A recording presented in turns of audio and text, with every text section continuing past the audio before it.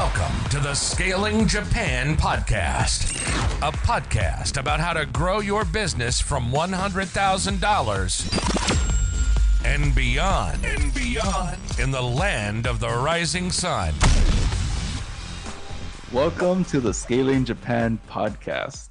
I'm your host, Tyson Batino, and on today's episode, we have Ziv Nakajima-Magen. He is the co-founder and partner at Nippon Tradings International and Nippon Bridge. He is a well-known expert for property investments and real estate in Japan. Pretty much anyone who's based in Japan probably knows of Ziv. Or at least I know. So. And he runs the Japan Real Estate Podcast and also helps foreigners buy and operate franchise stores and offices in Japan as franchisees under Japanese franchisor networks. He is going to tell us the ins and outs of purchasing a franchise in Japan. So it's so great to have you, Ziv. And could you please tell us a little bit more about yourself? Thank you for those kind words in the introduction. I'm actually a big fan of yours as well. I've come to Japan about 12 years ago now and been coming and going for the 10 years before that as well, but living here on a more permanent basis in the last decade or so. My wife and partner and I have set up Nippon Tradings International shortly before we moved here because we were buying some property investments for our own portfolio.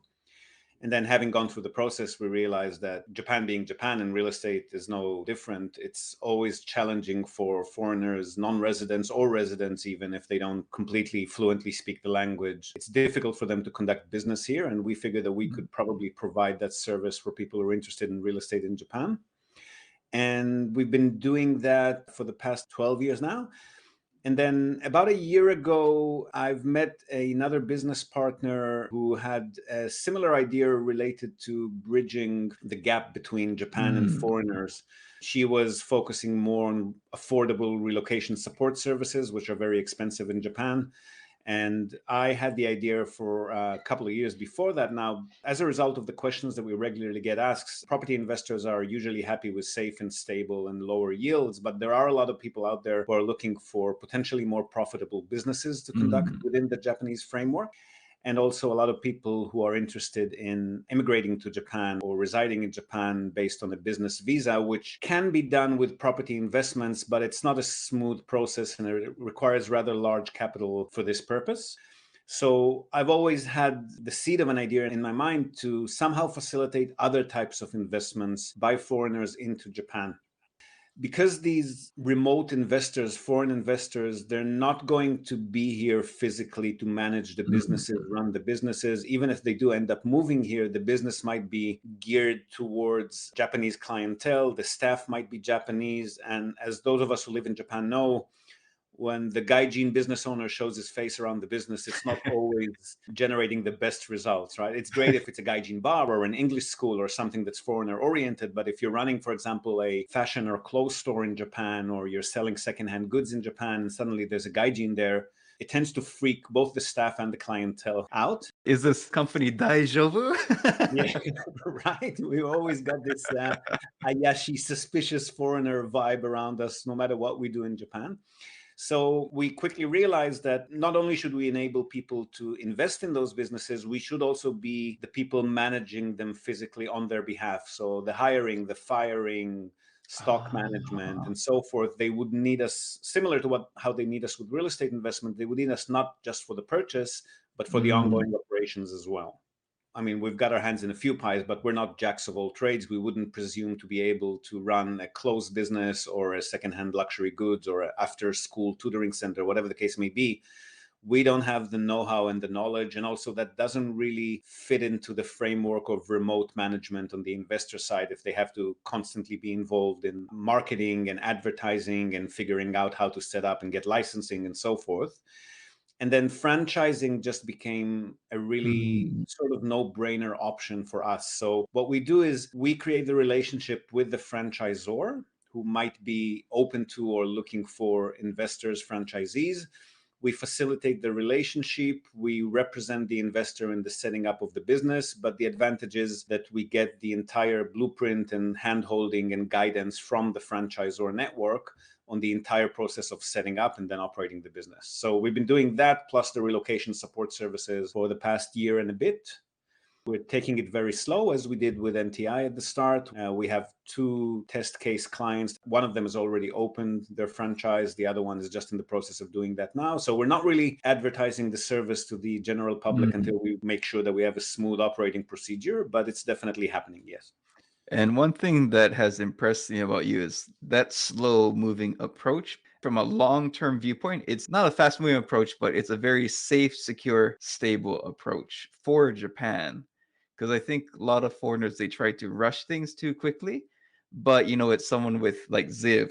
What has impressed me is that he really values the relationships with the Japanese side and is not going to burn bridges. And for that reason, Ziv has a very good reputation, not only on the foreign side, but on the Japanese end, which is extremely important if you really want to scale in Japan.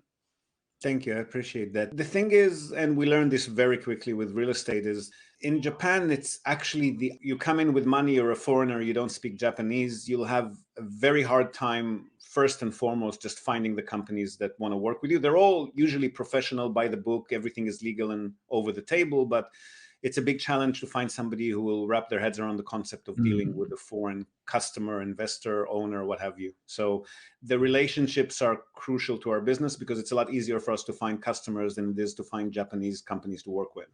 So for the topic of franchise, so we're focusing a lot on market entry right now.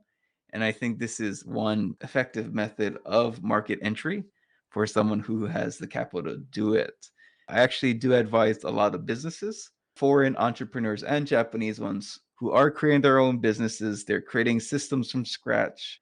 I have a lot of experience in creating systems because of our English language school, which became pretty big. And so I'm helping them with building the systems. But as someone who is a system builder, I really see the value of a franchise because I think it could save someone, depending on level of experience, I'll say for a first timer, maybe even like 4 to 5 years of experience, even 10 years of experience doing a franchise. Other than that, like what I mentioned, what are some other advantages to doing a franchise? Well, franchising appeals to 2 kinds of business owners, essentially. The first is, as you've mentioned, the people who are less than experienced in that particular sector. And they want to learn the works for someone who's already done it on several occasions. So the advantage working with a franchisor network, if it's a good one, and we'll get into that a little bit later, is that they've hopefully already established quite a few franchise locations. They've hopefully already have the blueprint and the procedures in place, and they probably already have connections with suppliers, with renovation companies that know exactly what a store or an office in the franchise should look like. They get good deals on consumables, for example, if you're running a food franchise and so forth. So they hold your hand throughout the process so that you don't have to learn everything from scratch and make all the mistakes from scratch. And the other advantage is that they are a lot more manageable remotely. So because, again, you don't need to know what you're doing in advance, they will provide all of the training to your store manager or office manager. They will provide the guidebooks on how to operate the franchise, and they will provide you with support along the way. It becomes then a very remotable, manageable business. So you can actually hire somebody to supersede in operations in your country of choice and run the entire process remotely. It's still a lot more hands-on than you would, for example, with a semi-passive income real estate investment where you just check annual reports. You do need to be more involved on a decision-making basis, but you don't need to be physically present and constantly tweaking everything on your own. So those are the 2 types of people that franchises normally appeal to. Yeah, and I really like that because there are people who are just good defenders. They can follow the instructions, they'll work hard, they'll do a good job, but there's not that people who are creators, meaning like they can build systems and framework. And so by buying the franchise, the type of person you're looking for, it's probably like 80% of the Japanese population versus a creator, which might actually be like 1 to 5%. And so I like how going the franchise method opens you up for that much more hiring possibilities. Yeah, but we should probably also discuss the people that it's not suitable for, right? Because if you end up buying into a franchise operation that is completely alien to everything that you wanted to do with your business, you're not going to enjoy the relationship. You're not going to do very well as well. Because For us, when we select the franchises that we want to work with, for example, one of the top priorities for us is to know that they have a very, very clear guideline on how everything needs to be done.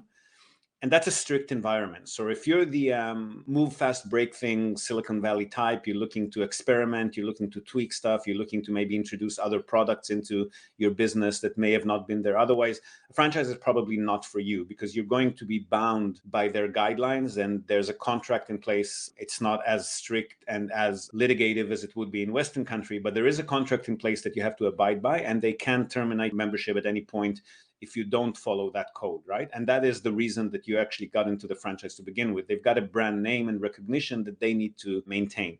You know, if you're the more adventurous type and you're looking to experiment with stuff and you're looking to maybe introduce systems and products and ways of work that are not something that the franchise dictates from the get-go, then franchise is probably not for you. They might have stock owners and they have fiduciary responsibility to protect the brand.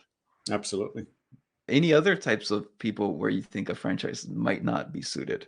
There's the capital aspect as well. Franchises are by definition not very cheap businesses. So if you could, for example, set up a very local friendly English school or a games store, let's call it, or even a fast food franchise.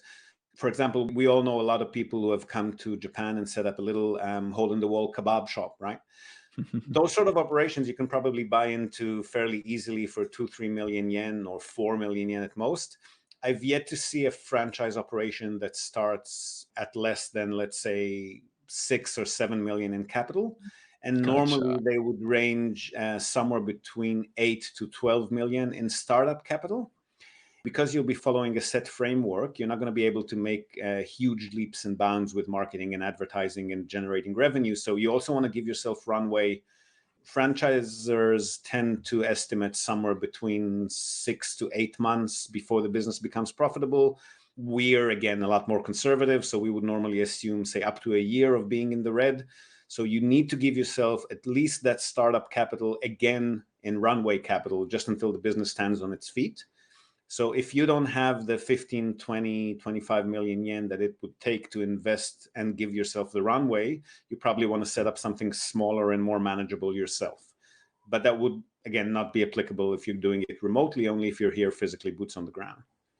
And to make a physical location business and make a profit after 1 year, that's actually a pretty good amount. At 1 year is actually pretty good.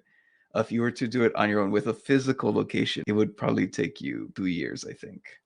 Some of them definitely do become profitable after a shorter period of time.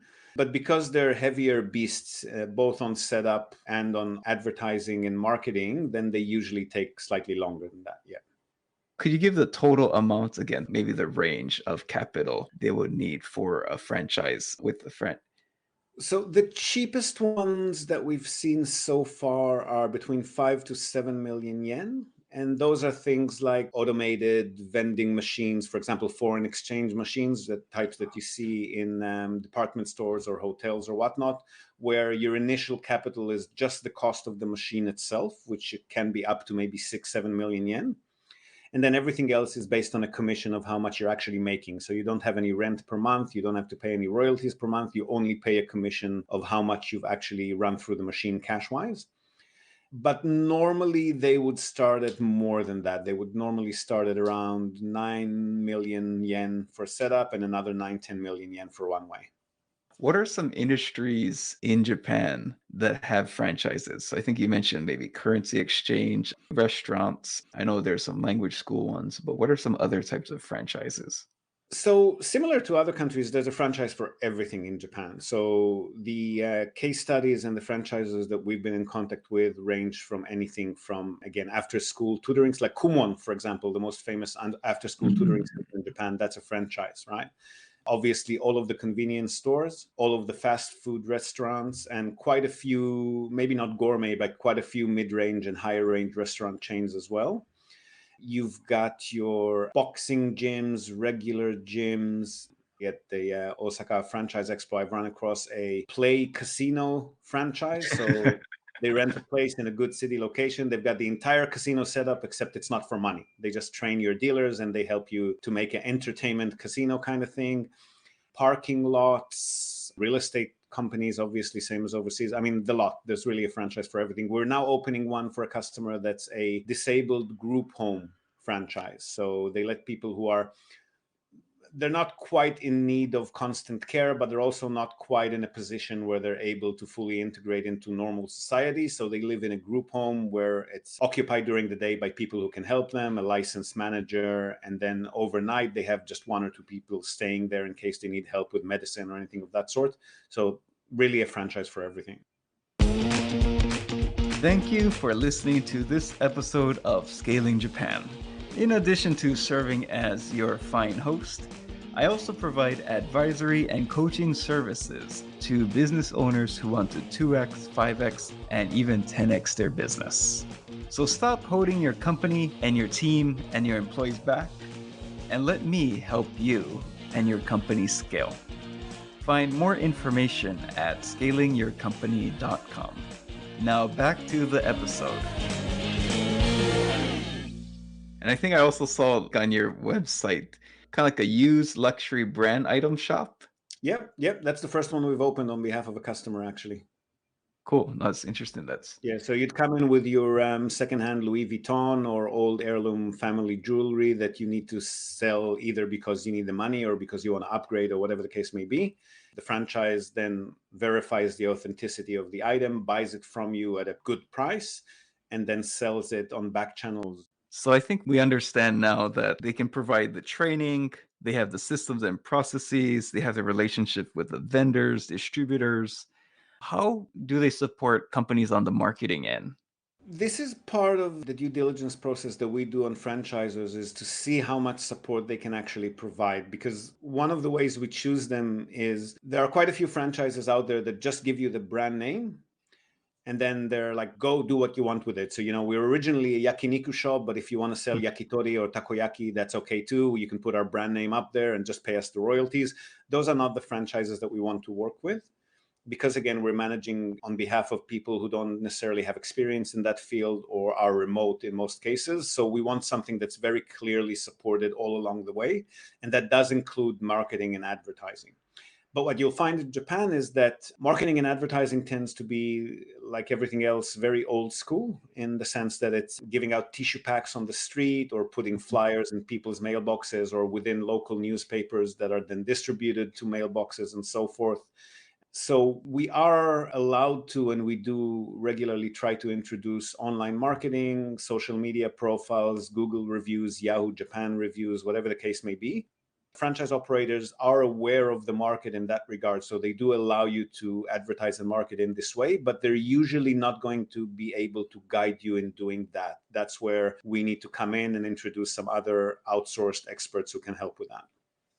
Yeah, that's something I've seen from my end as well. In terms of like the offline marketing, they're pretty supportive. Like also they give you like flags, also like sales scripts as well. But when it comes to digital marketing, they And probably that works, right? In Japan, especially if you've got a very local type of business, Mm. that does work. You will definitely get the foot traffic. They've done it for years. They know what they're doing. But increasingly, more and more people are obviously looking for the shops or the businesses that they want to visit online. Like you and I, if we want to, book a restaurant for the evening, we're not going to walk the street and look at restaurants. We're going to look online, right? So we do need to help them transition into the modern world, but not to knock them down. They do very good business even with their offline marketing, right?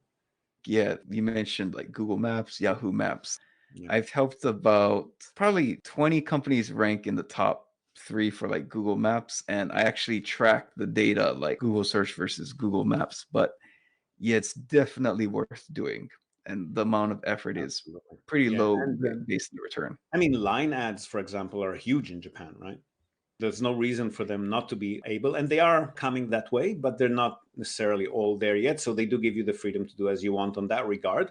What they'll also do is, depending on how big the brand is, they'll have national TV advertising. They'll have national newspaper advertising with, a big logo of the brand, so that when people do see your sign and brand on the street next to where they are, or they pick you up on Google Maps or whatnot, you're already associated with that brand. So on that front, they're very good as well. But local advertising would be limited to just them guiding you through how to do it, giving you the suppliers that could do it affordably. And then it's up to you to then hand out the tissues or the flyers or put the sign out or do the online marketing as you will.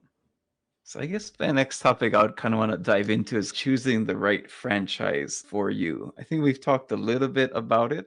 And, like going with a service like yours where you could actually vet the companies in advance. Based on your experience, what are some potential other dangers to look for when choosing a franchise? Well, obviously, how long they've been at it, right? The first thing you want to know is how long they've been at it, how many locations they've got, and whether those locations are operating or still profitable.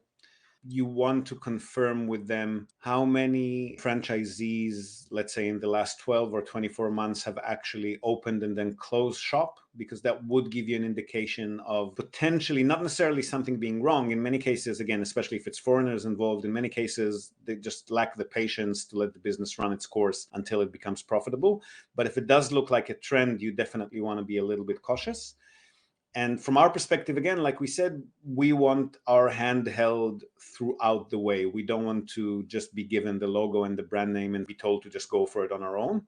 We want them to constantly take care of staff training, because it's not just the initial stuff. Obviously, staff comes and goes. Store managers even come and go. We do want to make sure that the training is going to be readily available for replacement staff as well. We want to know that we can pick up the phone or send an email and explain what's happening this month in the store and get some good consulting and good advice on how to improve things, how to troubleshoot. So we try to gauge their responsiveness, not just with the initial communication, because that always goes to the franchisee sales department. We want to know that once we've actually started working with them, there's still somebody there that we can regularly pick up the phone and call for advice. So those are the types of things that we'd normally check on. How responsive and how communicative they are, not just during the sales process, but afterwards when we're actually negotiating the contract and we're asking questions. And we want to know that the responsiveness will continue throughout the lifetime of the operation.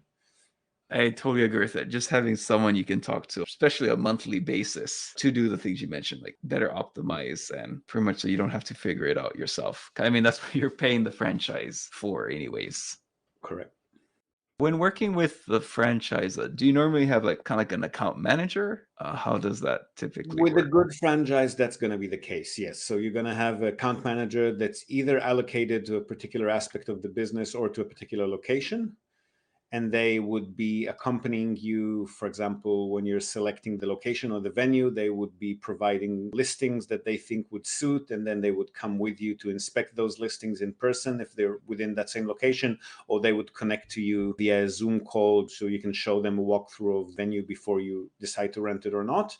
They will also attend the opening, the first week or opening days. The training usually involves the designated store manager going off to franchise headquarters and receiving a few days or a week or two of training, depending on the complexity of the business.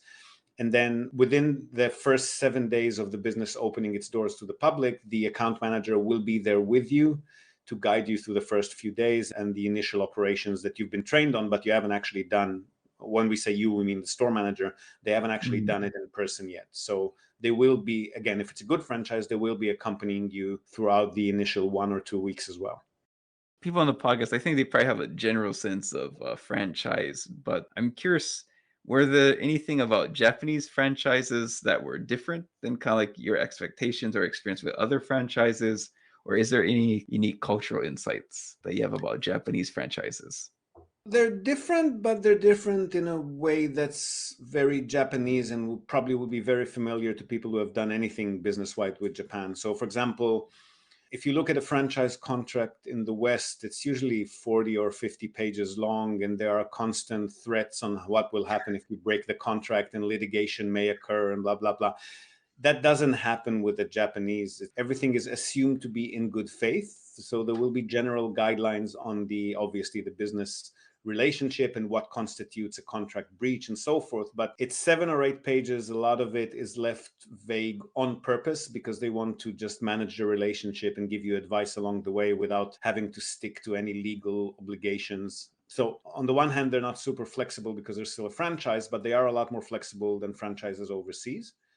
The other thing is that during the decision-making process as well, when, for example, you're selecting the location to rent, or when you're trying to pick the right staff for the job or interviewing managers or whatnot, their advice would be very gentle Japanese kind of advice. So it's not going to be, no, that's a bad location, that's a bad candidate. They're like, oh, it's entirely up to you, of course, but we think there could be some advantages to hiring this person or selecting this. So same as with everything in Japan, you really have to read between the lines. They are holding your hand, but they're not going to aggressively tell you when you're making a mistake. Gotcha, They're going yeah. to make gentle Japanese style suggestions, which is not something that you experience a lot in a B2B environment overseas.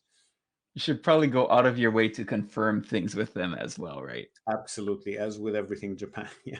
I'll just add one more point on that. And this is something that we've repeatedly told real estate investors over the years as well, is that if you as the business owner, as the franchisee, if you will force your way, they will allow you to do that, right? So the Japanese franchisor is not going to say, no, you can't sell this product, you can't do that. I mean, they might have some rules about how you can use their logo, but aside from that, they're not going to force you into picking the location that they think or the person that you think or doing things in a certain way.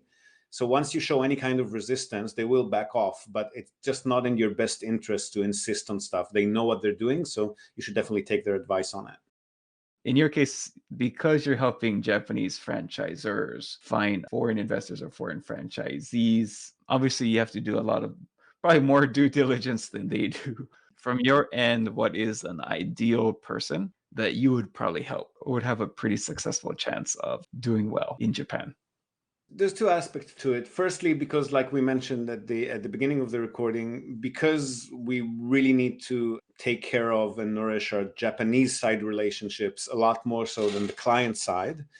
Same as we've done with NTI, with the real estate, we get paid in advance because that for us is the initial screening of anyone who's serious enough to do some work. So we're happy to jump on calls, provide Q&A, dig into particular franchises and tell them what's up there and how much we think it might cost and what the case studies look like. But once somebody wants to initiate negotiations with a franchisor, we need to be engaged and we need to be paid. That's not going to happen before that. So that immediately screens out, I'd say 70 to 80% of the, no offense, I'm a gaijin myself, but the gaijin tire kickers. And then beyond that, we try to gauge, and we'll hopefully be able to gauge that before we put anything down in writing and before they start constructing the contract with the franchisor. We make sure that they realize that they have to be patient. So if someone's looking for a quick turnover bucks, like set up and be an overnight success and start reeling in the money, that's not something that's going to happen. I would argue it's not going to happen in any business environment aside from a very select few, but definitely not going to happen with a franchise operation. So we would try to weed out the people who we deem are extremely impatient and are pushing forward strongly because they want to get things done their way and as soon as possible. And also the people who just don't have realistic expectations. So if somebody is expecting to be rolling in 60, 70, 80% a year steadily over time in ROI, we're just going to have to disappoint them down the track. So we try to only take on people with reasonable expectations and with the patience to handle the journey kind of thing. And we want to make sure that they have the capital, not just to pay us for the initial engagement, but to also take them through the first year of potentially being in the red. So we're not going to dig into their bank statements or ask them for financial references, but we do have the experience over the last 11 years of doing similar business. We do have the experience of gauging if somebody's comfortable with the capital that they would need to spend or not. If somebody's constantly pinching pennies from the get-go and okay, can we try to reduce this because this is going to, that's going to be difficult for me. That's not a person who should be investing in a brand new business that may take a year to take off. So that's probably somebody that we also would try to maybe direct towards other investment channels. That is some excellent feedback. Have you ever found yourself having trouble creating a business plan? Do you pretty much operate on a day-to-day or week-to-week basis, creating confusion and chaos in your organization? If that sounds like you, I recommend you join my Entrepreneur Bootcamp. In my bootcamp, you'll set an achievable but challenging revenue target for the current or following fiscal year, and we will create a business plan to make it a reality. See more in the show notes below. And now back to our episode. I think some listeners might be thinking like, are there any foreign franchises that I could use in Japan? Does Definitely, any but they would all have a Japanese franchisor headquarters. So it's not going to be easier or smoother to get into the franchise if it's an international franchise because they're still going to be very Japanese. So obviously, all of the fast food chains are here, McDonald's and Pizza Hut and Kinko, which is surprising to many yeah, people. Kinko's, Yeah, yeah. people who don't live in the US don't actually know that Kinko is a US based company. They've just integrated so well into the market here. The real estate franchises, Remax, Century 21, they're all very active in Japan. But again, their presence here on the ground is extremely Japanese. So you shouldn't expect to just waltz in there and everybody can, accommodate you in English and you can immediately sign up as a non-resident foreigner. It's not that easy. And if you're a non-resident foreigner, there are other hurdles to jump through as well. So that's another reason for our existence is that, for example, the franchisors may be willing or open to taking on foreign investors, but that doesn't mean that you can easily open a company bank account in Japan. It doesn't mean that you can easily rent a store to start working in Japan. So those hurdles will still exist even if you're dealing with a foreign franchise. Gotcha. I think every foreigner or most foreigners who come here and try to do things themselves, they get a really big shock of how hard it is to make a bank account on your own Yeah. and also get your first real estate. Yeah, I got Japanese friends who have set up new companies and are still struggling to open Japanese bank account. And obviously being a foreigner makes it a lot harder, right? And I heard like a ridiculous number, like I think Mizuho Bank like accepts less than 10% of like business account applications. Yeah. It's like, and this is not just foreigners, it's Japanese as well. Yeah, but I mean, look, they're being slowly but surely edged out of the market by the online banks. They are a lot more open to this kind of thing. They accept a lot more English communications. They provide more English services and they take you on even as a new company. Sure, they do their due diligence. They ask you for documents. They want to see their company registration. They want to know your business plan. But you're not going to reject it if you have all of that, whereas the brick and mortar banks are still very fossilized in their ways. Yeah. For the listeners, I think Rakuten Online, SBI Online, and I think Aozora Online. PayPay Bank is a good one. And Interesting. what's the other one? Sony Bank, but that's not, I don't think they do businesses. They only do personal accounts. I hope they'll do it one day. The disadvantage going with an online bank down the track is most of them don't do loans, or they might do small personal loans. If at some point you want to leverage your business profitability and get a loan to expand your business and so forth, you will at that point probably need to set up shop with a brick and mortar bank. But it does become a lot easier after you've got 5 or 6 years of profitability under your belt. Then the brick and mortar banks can see a paper trail and they'll probably bring you on as a customer. And at that point, you should be able to apply for a loan as well. That is excellent advice. I think you mentioned, again, the bank account is a little bit tough. Anything regarding like the visa that someone should be aware of? Maybe they'll like to get like the business visa. The business visa is easier. And this is obviously, we're no immigration lawyers. So this is just off conversations we've had with our partnered immigration lawyers and customers and so forth. The business visa side of things actually tends to be easier. It is possible, definitely, if you're running a franchise business, because you've set up a company, you've hired staff, you're paying tax in Japan. So that all satisfies the on-paper requirements for a visa. But business visas tend to be approved more easily if the business is not as strict. So with the very, very strict franchise contracts, and there are some of them out there, especially the ones that need, like, for example, the secondhand dealers' goods need a license from the police because they need to be able to identify stolen goods.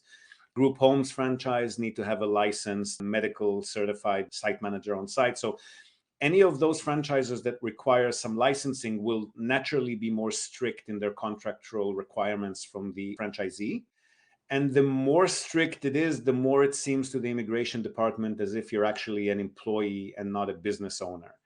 So that is a bit of a balance that we need to walk, is that it will be easier for you to get a business visa if you're dealing with one of the slightly looser franchises, for example, the fast food shops. The other thing is that if you are capable of setting up your own business and you don't need to use the franchising method, then the business visa becomes even easier. So if you do have the option to physically relocate to Japan and physically open a business that you know you'll be able to run profitably and do everything on your own without any constricting contract from a franchisor, your chances for a business management visa being approved are either higher, or it will simply be approved in a shorter period of time. Whereas under the franchise, they might ask you to, okay, well, can you do like a 3-month trial period and show us that you're actually, generating a profit and so forth. So it is definitely possible under a franchise operation, but it should be a relatively loose franchise contract. Do you have any final tips for people considering a franchise? Just the things we've already discussed. So be patient. You're starting a business, even though it's got a lower risk factor than a business that you'll have to reinvent the wheel all on your own, but it is still a business. It's still seasonal. It still fluctuates. It's still economy dependent, and it still takes time to get into the green. So you need to have the patience. And of course, you need to have the capital. So look at the case studies. If it's us, we'll provide them. If you're dealing directly with a franchise chain, they'll provide them in a more marketing oriented manner. So you do want to pick out the numbers and confirm them with them, because what they show you in their case studies is not necessarily the less profitable franchises. They'll obviously pick the best cases to case study and dig into the numbers so that you can figure out not just how much starting capital you'll need, but also how much running capital you'll need. And as with all things investments, add 25% to the costs that you're projecting and reduce at least 25% from the income you're projecting, and then see if the numbers still work. That works for any business, definitely for franchises as well. I think that's some solid advice. I guess, where can people learn more about you and find you on the internet? Best place to connect with me is on LinkedIn. Ziv Nakajima-Magen, there's only one of me out there with that name. The franchise and relocation company is called Nippon Bridge. So double P for Nippon and all one word, nipponbridge.com. And the real estate company is nippontradings.com. Cool. And we'll have a link to everything in the show notes below. Yeah, also, I think we'll link to your YouTube channel as well. Oh, that would be great. If you look for the Japan Real Estate Podcast, you'll find it easily enough. We haven't set up a Franchising Japan podcast yet, but once we're officially advertising and promoting the service and we've got those first 2 clients well in the green, then we'll definitely have a podcast and the YouTube channel for that as well. And what type of content do you cover on the real estate podcast and YouTube channel? Anything that people want to talk about. So a lot of investment related content, how to do due diligence, how the purchase process works, what things you need to watch out for, what you can and cannot do as a resident or non-resident person living in Japan. We've also got the Japan Real Estate Experts Panel, which is on average every 1 or 2 episodes, we have like a round table of people who specialize in different areas in the Japanese real estate sector. So we all just banter away. We take in questions from viewers. And there's also a bit of content, just the kind of house porn that you'd expect to see, like walkthrough of old IKEA houses, beautifully renovated places, investment property tours with customers, that sort of thing. Cool. But thank you for coming on the podcast. And it's been a pleasure to talk with you, Ziv. Same here, Tyson. Keep up the good work.